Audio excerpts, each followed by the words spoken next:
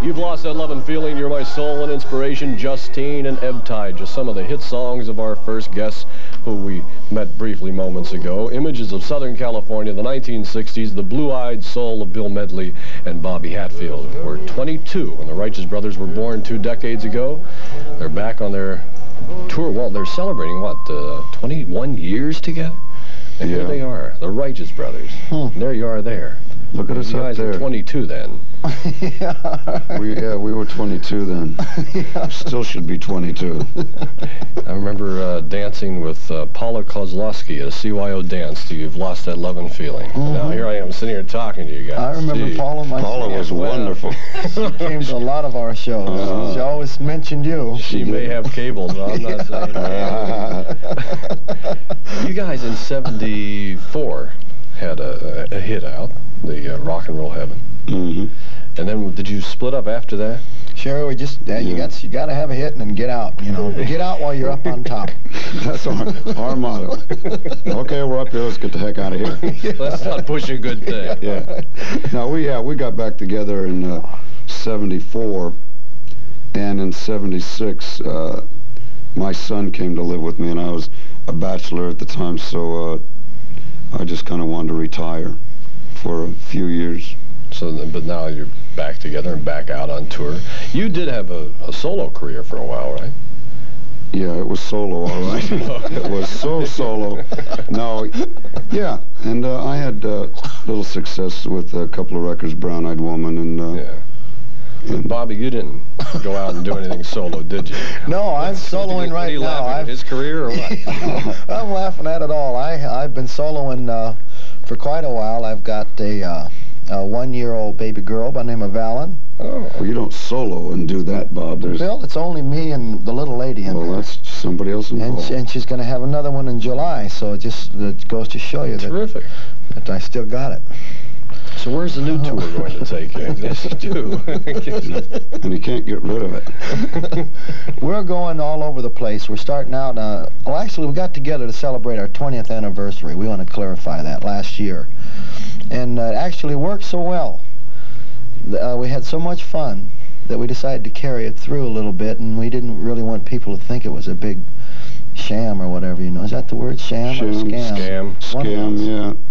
But it was fun. It was easy. We really, see, when we used to travel in the 60s, it was tough. I mean, you literally spent about 8 hours a day getting to the concert, and then you get in and you try and get cleaned up, take a nap, and we figured that's how this was going to be, so we'd only do it for about 6 months. But it was real comfortable, and the audiences were just terrific, so we decided to keep doing it. What age group comes to the show?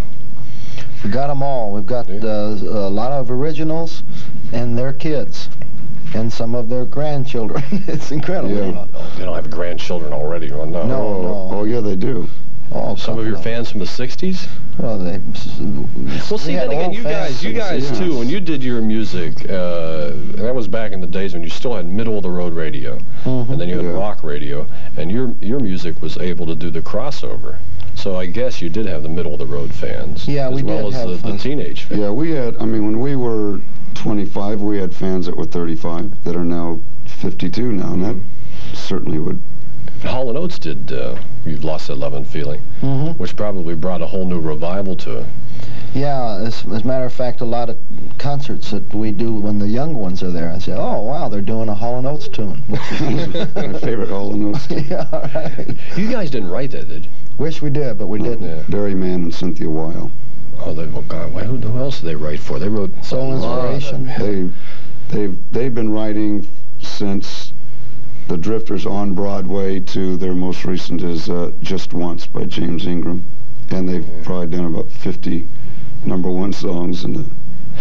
You know, I mentioned about the fact that it was middle-of-the-road radio and rock radio, but you guys also were probably the first white performers that got a lot of airplay on black formatted stations. I think we were the first white act to ever have a #1 rhythm and blues hit. Yeah. And it did kind of, and it was nice for us, and it was nice for the music itself, because it really opened it up a little bit. The Rascals, you remember the Rascals? The Young Rascals. Young Rascals, became right. The Rascals. And Mitch Ryder, several rhythm and blues type groups got played. You did a little Latin loop-de-loo, right? Yeah. Yeah, because I think Mitch Ryder also did that. Yeah. Yes, he did. Willie Bean wrote that. I wrote that. You wrote that? That beautiful little melody, you kidding?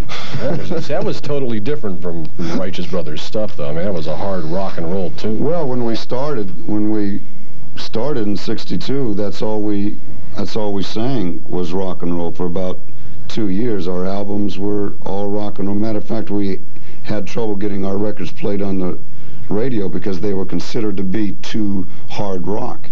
And like I say in the show, now they play them at retirement homes to soothe the elderly. But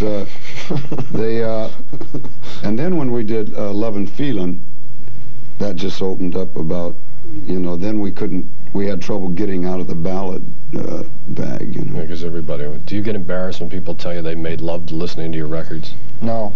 I'm sure they... We like to hear all the stories. Yeah, all that stuff. So what did you do? How did you do it? You were aware? Are you going to have another album coming out? Well, we're or not go back sure. into the studio and do anything? Well, we're not sure. We have some contractual problems, but hopefully I'm recording right now, and Bob will be recording in the next couple of months, and maybe we can guest on each other's album, and get some material out that way. It's interesting to know, we had a group on here yesterday, a new female group called Bananarama, and there are 2 songs that are out now. One is He Was Really Saying Something, which was done by the Velvelettes in 63, 64, somewhere like that. And a song by Steam called Na Na Na Hey Hey Kiss 'Em Goodbye, which is from 69. It's interesting to know how many songs, like Hall & Oates, that took your record and they're redoing it. Do you think that's because there just isn't enough good stuff being written now? I don't know. It might be that, and also might be that some of that early stuff was so good that it should be redone. And the kids today, I mean, I've got 2 boys, 16 and 13. They think the rockabilly is flat out brand new. I mean, they both think they're stray cats. That's great. And I've probably somewhere in my 45 collection have Bebop-A-Lula by Gene Vincent and the original rockabilly stuff. Right. Yeah. So I think it's just. I just saw a film, a Grand Ole Opry show that Webb Pierce is on. It was done in 1954. They're syndicating it. It's a really high quality. It was all done on 35 millimeter film, and it was filmed right at the Grand Ole Opry. And Webb Pierce is doing rockabilly. And it's really? Yeah, and it's at the Grand Ole Opry, which is so strange. Yeah. To see that. So your kid would probably watch that and think, oh, Brand new show. And so suddenly Webb Pierce is back out on tour again. Do they listen? Do your kids listen to your records? Oh yeah. Yeah. That's what's nice about it.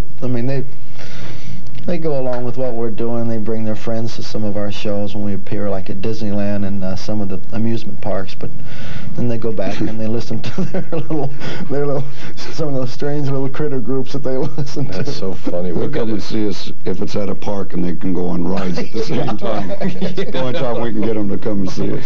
We got this scrapbook, which we left over there, which was put together. This is real. I looked all through this last week. There's a young lady that apparently followed you guys everywhere.